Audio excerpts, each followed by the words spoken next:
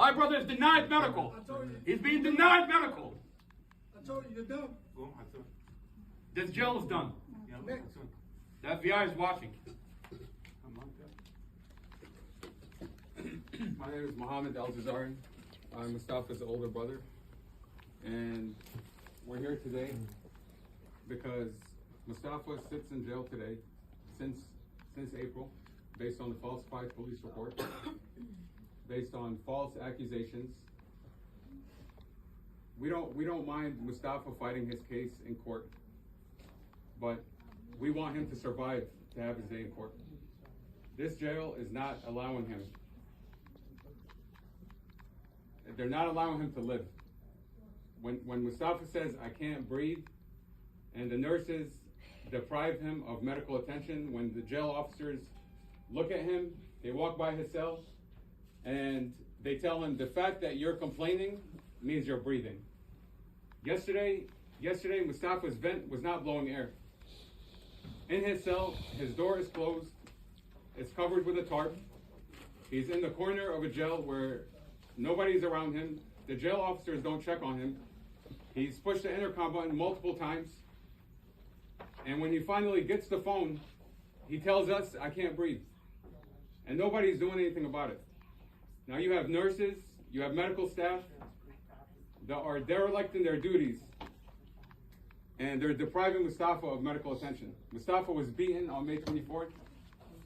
My brother already stated it, but I want to emphasize that Mustafa was unconscious for a period of time, and when he woke up in the next cell, he was completely naked. Mustafa complains of rectal bleeding. Now, sexual assault is a serious allegation. Rape is a serious allegation. When Mustafa woke up, his clothes was completely removed, with officers standing all around him. Mustafa has been complaining since May that he has rectal bleeding. He tried to file with the Prison Rape Elimination Act, and he gets Lieutenant Kepler and Fetter and Sergeant Daniels show up to his cell. They give him a blank sheet of paper and they tell him, "What is your sexual complaint?" And they say it out loud in front of other inmates, and they say, "Mustafa, you have a sexual complaint. What is your sexual complaint?" And they hand him a blank piece of paper when Sergeant Daniels is the one that is accused of sexual assault. He's the one that comes to Mustafa's cell and tells him, "What is your complaint?" Now, this is a serious allegation. And Mustafa called the number, he called the hotline, and those are the two people that show up to his cell. Colonel Melita shows up to his cell and asks Mustafa, he says, "Why is the FBI looking into my jail?" "Well, sir, I can answer that question for you." Mustafa's had multiple incidents where trusty inmates would bang on his door with the knowledge of correctional officers standing by, and they bang on his door, they flood his cell. And just as of last week, a trusty inmate by the name of Mike was by Mustafa's door, whispering in his door, telling him he's going to kill him. And Sergeant Warder is on duty, and he doesn't do anything about it. He allows this behavior to happen.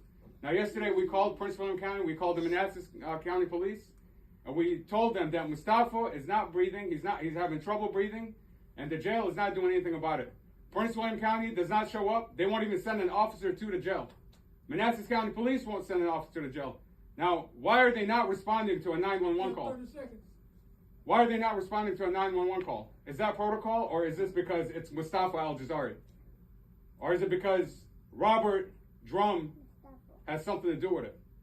Why do they not respond when Mustafa Al-Jazari's family calls for medical assistance? Why isn't Mustafa sent to a hospital today to be scanned with a CT scan to find out what's going on, and why he's bleeding internally, and why he's having a hard time breathing? What are those nurses and doctors doing inside the jail that they don't want the public to see regarding Mustafa's health? Today I was trying to get Mustafa's records, and they're telling me that you will never get Mustafa's records. We're here because we demand justice for Mustafa and other people There's a cellmate, an inmate in cell 11 that is currently naked with no running water, and she's being abused. She screams day and night. My brother hears it all night long. She goes by the name of Brooks. All right, Look into her. Thank you, Tom. Says her Thank you, arms sir. are broken. She said the CO's broke her. Next.